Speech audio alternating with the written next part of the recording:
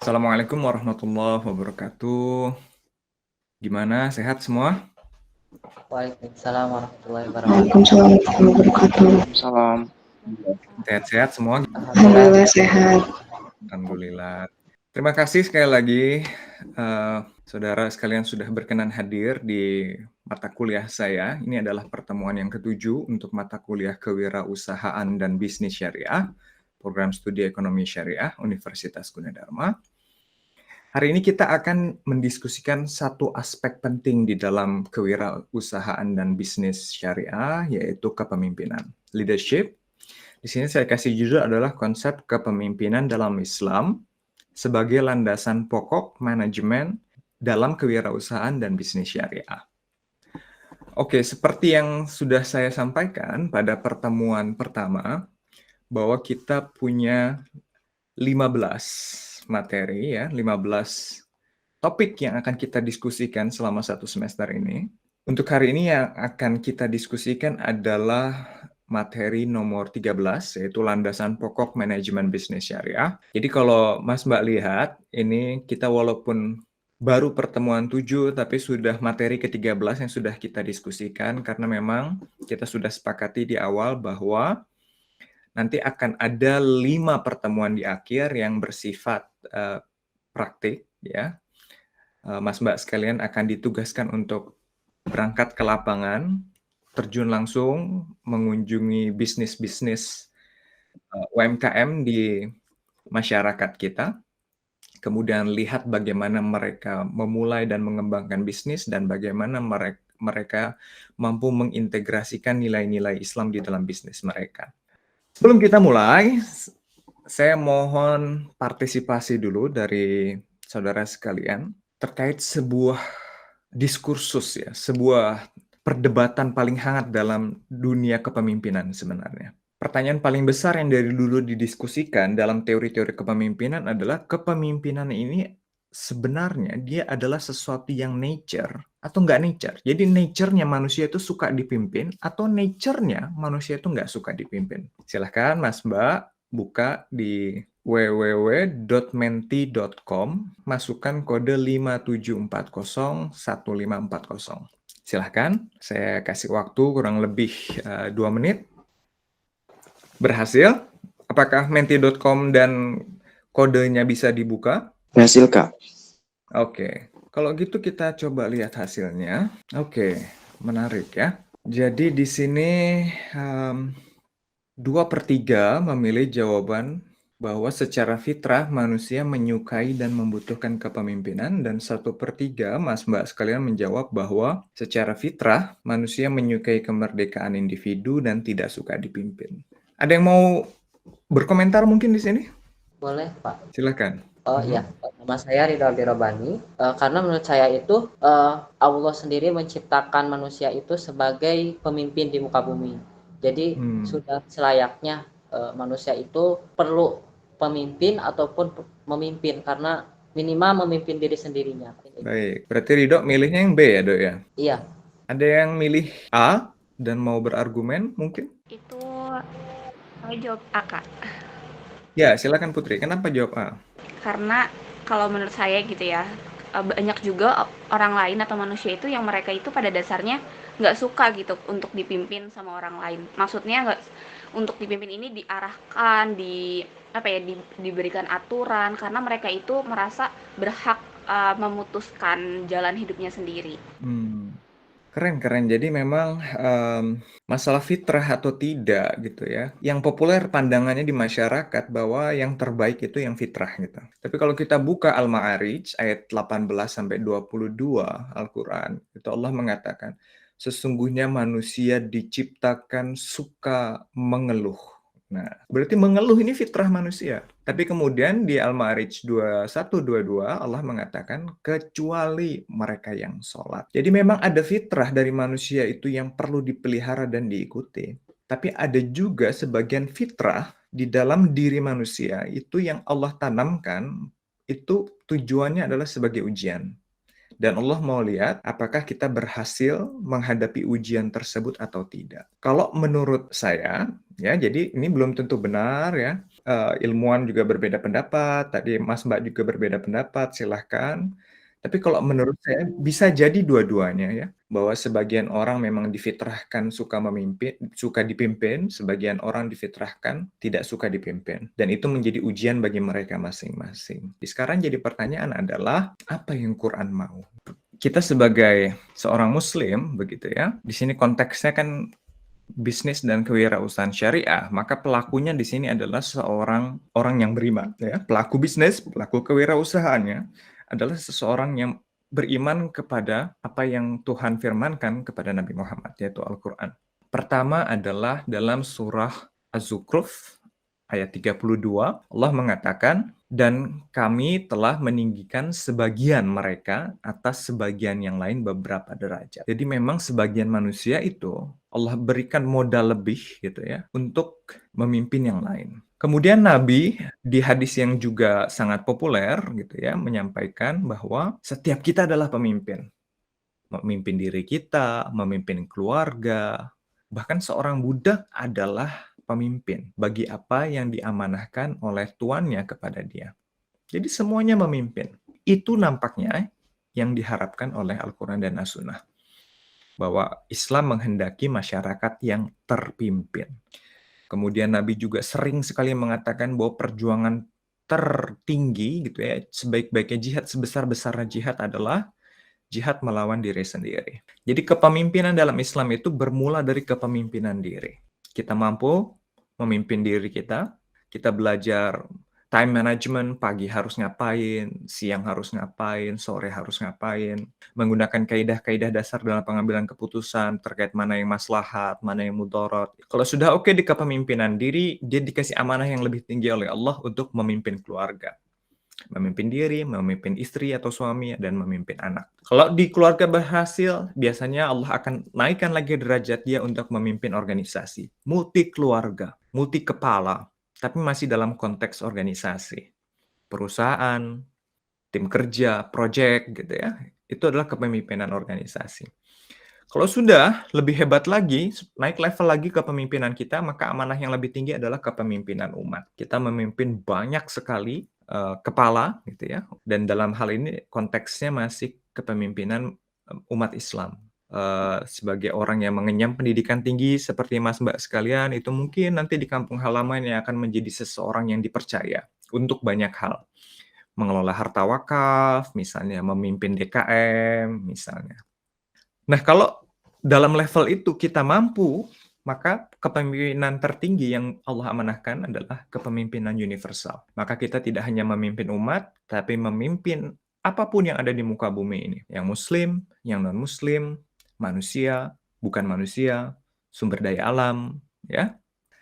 Nah, lalu apa itu kepemimpinan Islam? Apa itu kepemimpinan syariah? Yang membedakan tentu adalah pandangan seorang pemimpin. Ya, jadi apakah seorang muslim yang memimpin dengan non-muslim yang memimpin, atau seorang muslim yang baik yang memimpin dan muslim yang tidak begitu baik ilmunya misalnya terkait Islam ketika memimpin, apakah akan berbeda? Ilmuwan mengatakan akan berbeda. Karena sumber nilai itu akan mempengaruhi praktik. Contoh sederhana saja ya, adik-adik sekalian. Orang Sunda dengan orang Padang. Mereka ini manusia, sama-sama orang Indonesia. Makannya mungkin sama-sama makan nasi, sama-sama makan sambal, sama-sama makan tempe. Tapi karena nilainya berbeda, makanya kalau kita lihat ada orang Sunda punya warung, orang Padang punya warung, gaya warungnya beda. Jadi budaya yang itu adalah refleksi biasanya dari agama, mampu mempengaruhi praktik, termasuk praktik kepemimpinan. Ya, akan ada beberapa nilai di sini akan kita bahas. Ya, ada 9 akan saya bahas di sini, walaupun banyak lagi dari itu, tapi yang akan kita bahas adalah 9. Kalau ada Mas Mbak, saudara sekalian ada pertanyaan di tengah kuliah, silahkan langsung saja bersuara ya. Oke, nilai yang pertama adalah tauhid ya. Kita tahu bahwa tauhid adalah konsep penting di dalam Islam. Ya, tauhid berasal kata dari ahad, dari kata satu gitu ya. Jadi terkait menunggalkan. Tapi sebenarnya konsep tauhid itu tidak sesederhana itu. Konsep tauhid juga terkait bagaimana orang beriman itu mengakui keberadaan Tuhan, mengakui kekuasaan Tuhan, dan mengakui bahwa Tuhan itu punya kehendak atas apa yang diciptakan di muka bumi, ya. Jadi orang beriman tuh tahu betul bahwa apapun yang ada, yang terlihat oleh mata ini semuanya adalah purposeful. Semuanya ada tujuannya. Dan tujuannya itu harus sesuai dengan tujuan yang ditetapkan oleh sang pemilik, yaitu Tuhan. Seorang pemimpin sangat tahu bahwa semua yang ada di bawah kepemimpinannya adalah milik Tuhan dan harus dipimpin, dikelola sebagaimana Tuhan berkehendak. Yang kedua adalah albir. Albir ini adalah kata lain yang digunakan dalam Al-Quran untuk menyebut amal soleh. Dalam Al-Baqarah ayat 177 itu Quran menjelaskan bahwa amal soleh itu bukan hanya ibadah-ibadah yang mahdoh. Amal soleh bukan hanya sholat, amal soleh bukan hanya membaca Al-Quran, bukan hanya puasa. Di sini kita bisa melihat bahwa bekerja itu amal soleh, belajar itu amal soleh, memimpin perusahaan itu amal soleh, mencari harta yang halal dan toib dalam bisnis kita, dalam pekerjaan kita itu juga amal soleh. Karena dia amal soleh, memimpin itu amal soleh, maka dia harus dilakukan dengan penuh kebaikan, dengan akhlak. Tidak bisa kita melakukan sebuah amal soleh itu dengan moral yang buruk. Gitu ya. Jadi ketika pemimpin itu sadar bahwa kepemimpinannya adalah amal soleh, maka dia akan memiliki moral consciousness, punya kesadaran moral yang tinggi dalam memimpin. Yang ketiga, konsep terpenting dalam kepemimpinan Islam adalah amanah. Ya. Amanah ini berkaitan dengan banyak konteks di dalam Islam. Dia bisa diartikan sebagai kemampuan bertanggung jawab. Ya, secara kultural kita bilang, oh orang ini amanah. Itu artinya orang ini punya kemampuan untuk bertanggung jawab. Kalau kerja beres, gitu. Kalau kerja bertanggung jawab, nggak kabur-kaburan, gitu ya. Diselesaikan dengan baik, dilakukan dengan sungguh-sungguh. Gitu. Arti lain dari amanah ini adalah amanah juga berkaitan seperti yang di Al-Anfal disampaikan, amanah ini berkaitan dengan tidak khianat. Ya, maka dari sini juga kita bisa melihat bahwa amanah ini bisa diartikan sebagai integrity, ya, sebagai integritas. Seorang leaders itu apa yang dia ucapkan dengan apa yang dilakukan harus sejalan. Konsep lain yang juga penting dari amanah adalah seorang pemimpin menyadari bahwa ini berkaitan dengan yang tauhid tadi. Seseorang pemimpin menyadari bahwa apa yang dia pimpin, harta, perusahaan, orang, relasi, ya, itu bukan milik dia, tapi titipan dari Allah, dan oleh karenanya perlu dikelola sesuai dengan apa yang Allah kehendaki. Yang keempat adalah nazrah. Nazrah ini adalah vision kalau bahasa sehari-hari kita, yaitu kemampuan pemimpin dalam menciptakan gambaran masa depan. Kita tuh ikut seseorang karena kita tahu orang itu punya tujuan dan jelas mau kemana. Kita tidak akan pernah mau ikut kepada seseorang yang dia saja tidak tahu mau kemana. Dan ini merupakan ciri khas dari kenabian. Nabi Shallallahu Alaihi Wasallam itu sering sekali melontarkan perkataan, ya, yang jelas itu nubuah, ya, visi dari Nabi, ya, nazrah dari seorang Nabi Muhammad SAW itu memberikan energi kepada generasi selama 800 tahun kemudian untuk akhirnya berhasil membuka Konstantinopel menjadi kota yang kita kenal sekarang sebagai Istanbul di Turki. Jadi pemimpin harus punya kemampuan untuk menggambarkan masa depan dan mengkomunikasikan gambaran tersebut. Yang kelima itu adalah adil. Adil ini dalam Islam itu diartikan sebagai menempatkan sesuatu pada tempatnya. Considerate, thoughtful, berpikir penuh untuk menempatkan sesuatu itu pada tempatnya. Piring di piring, gelas di tempat gelas, sendok di tempat sendok, itu adalah adil. Ya, jadi adil itu adalah bersikap tepat sesuai dengan kondisi, konteks, ya, kebutuhan, itu adalah adil. Nah, adil juga bisa diartikan sebagai tidak melibatkan faktor internal, emosi, selera, ego dalam pengambilan keputusan. Ini Al-Quran mempertegas dalam Al-Maidah ayat 8, Allah mengatakan, jangan sampai kebencianmu kepada suatu kaum membuat kamu berbuat tidak adil kepada mereka. Ini Allah nunjukin banget nih, bahwa kebencian, ego, selera, kedekatan itu bisa mengancam keadilan di tengah-tengah organisasi. Misalnya ada 1-2 orang, kita sebagai manajer menggaji orang itu lebih tinggi hanya karena orang itu dekat dengan kita, misalnya. Itu bahaya sekali di perusahaan, ya. Itu abuse of power. Walaupun itu perusahaan punya kita. Kenapa? Karena juga mencelakakan perusahaan. Banyak sekali research. Kalau Mas Mbak buka Harvard Business Review, HBR, itu banyak sekali artikel-artikel yang membahas terkait bagaimana perceived unfairness itu significantly berdampak pada kinerja karyawan.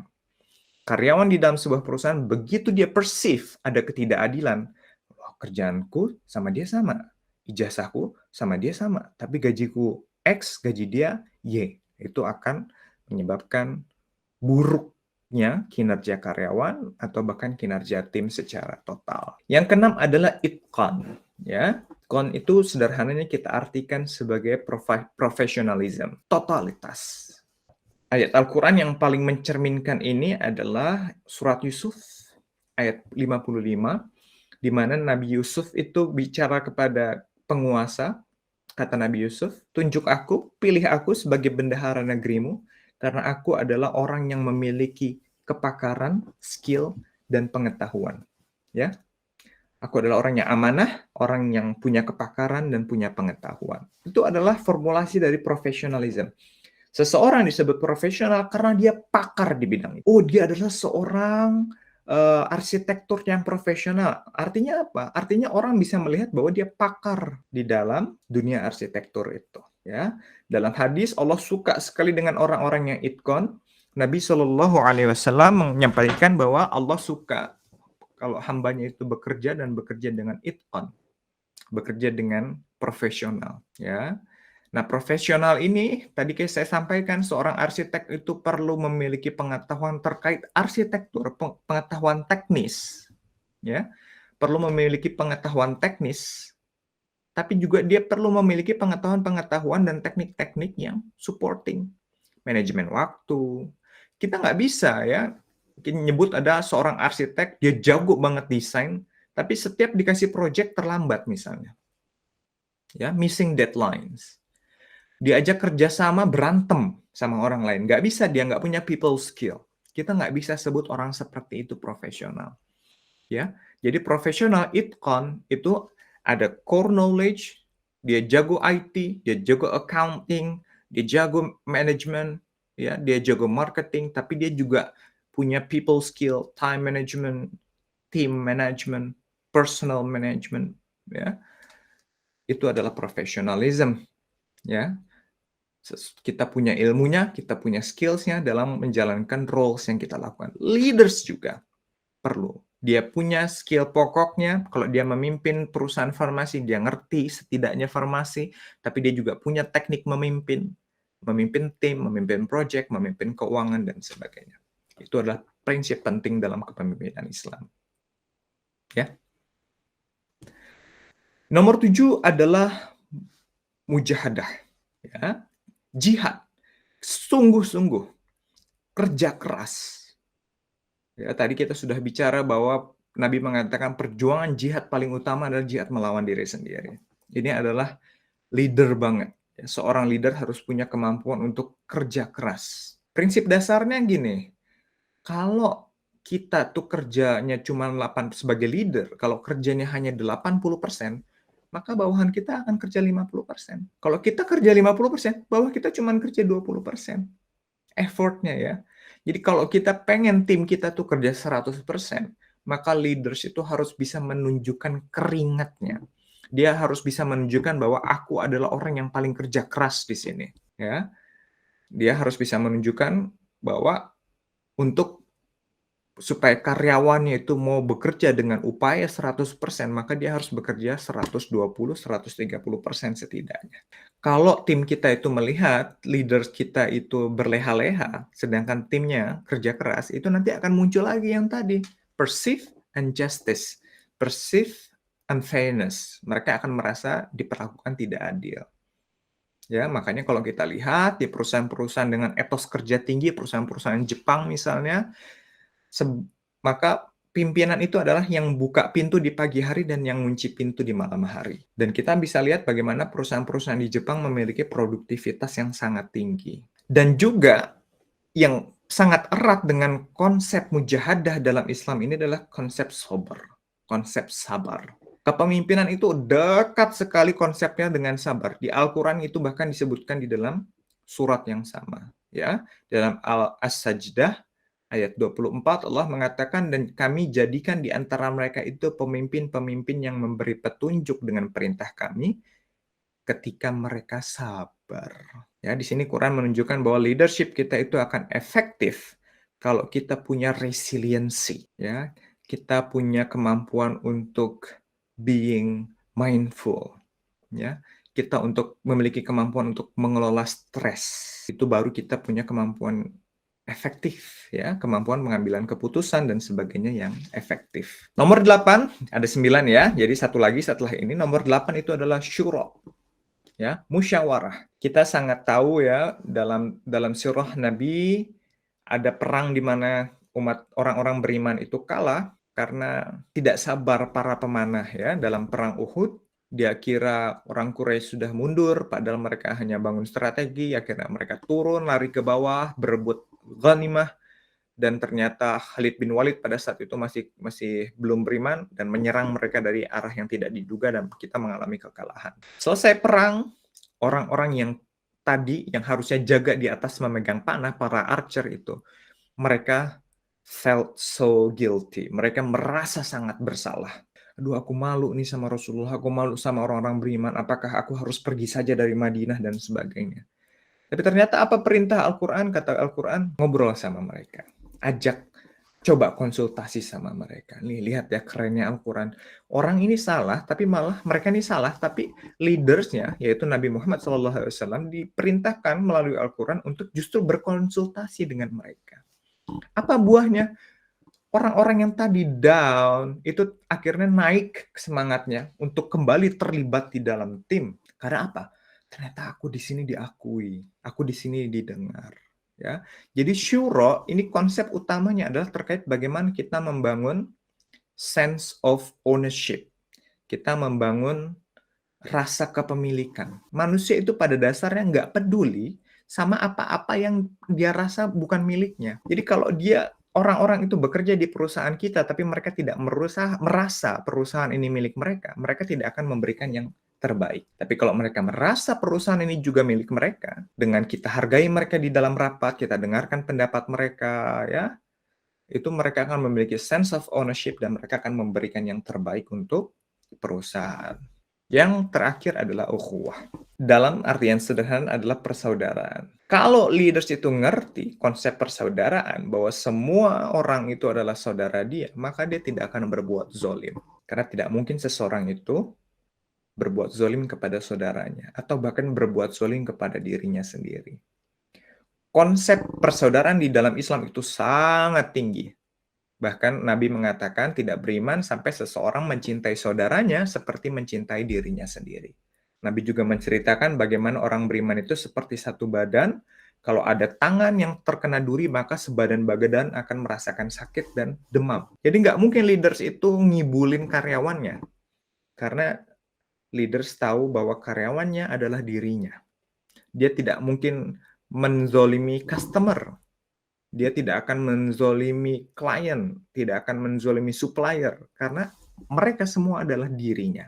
Mereka semua adalah saudara. Dan Al-Quran, Allah itu sangat suka kalau manusia itu berukhuwah, bekerja sama dalam hal-hal kebaikan.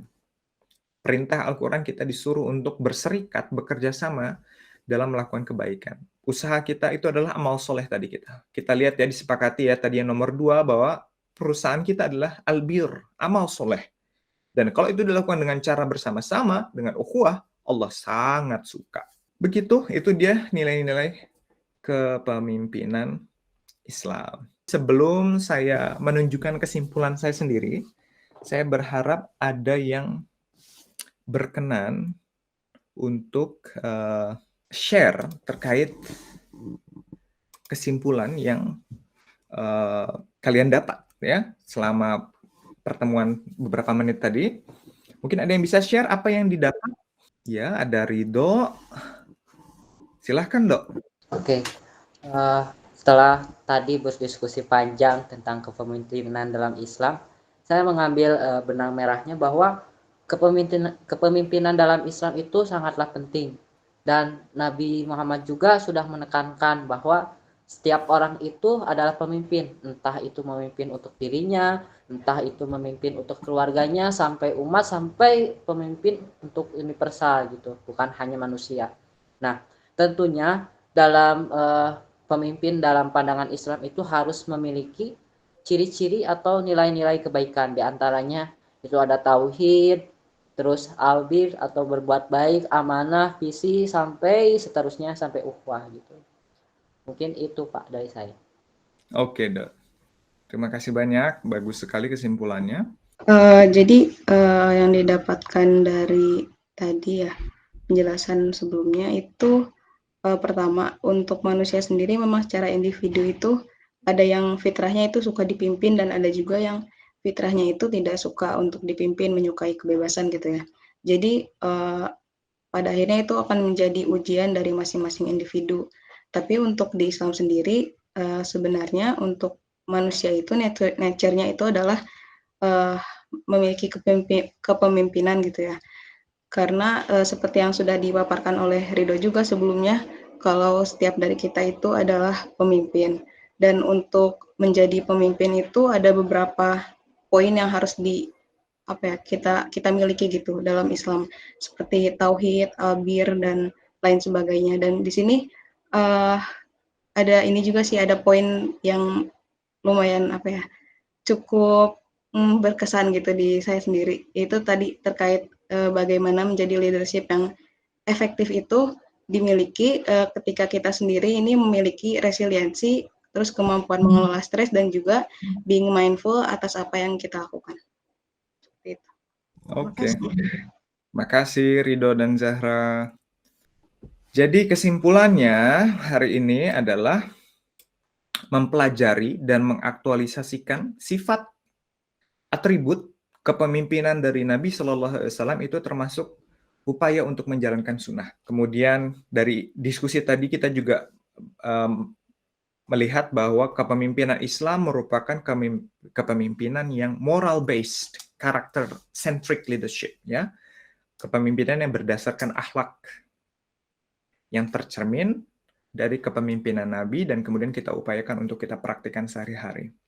Ada nilai-nilai penting tadi mulai dari tauhid sampai ukhuwah, itu kita pelajari, kita hidupkan dalam teknik kepemimpinan kita, setidaknya 9 tadi, walaupun yang lain masih banyak lagi.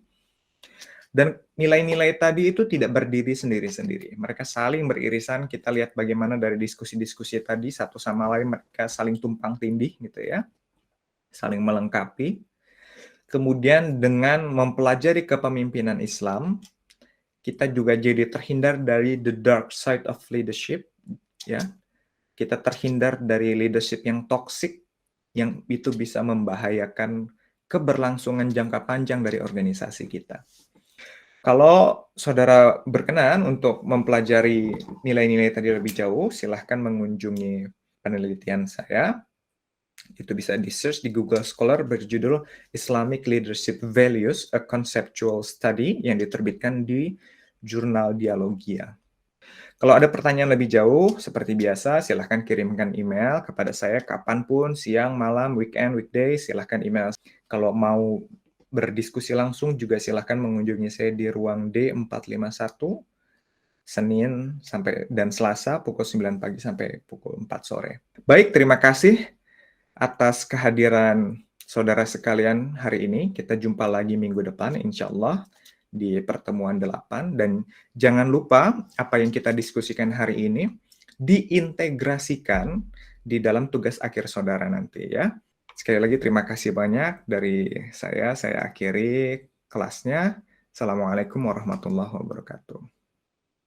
Waalaikumsalam warahmatullahi Waalaikumsalam warahmatullahi wabarakatuh. wabarakatuh. Terima kasih.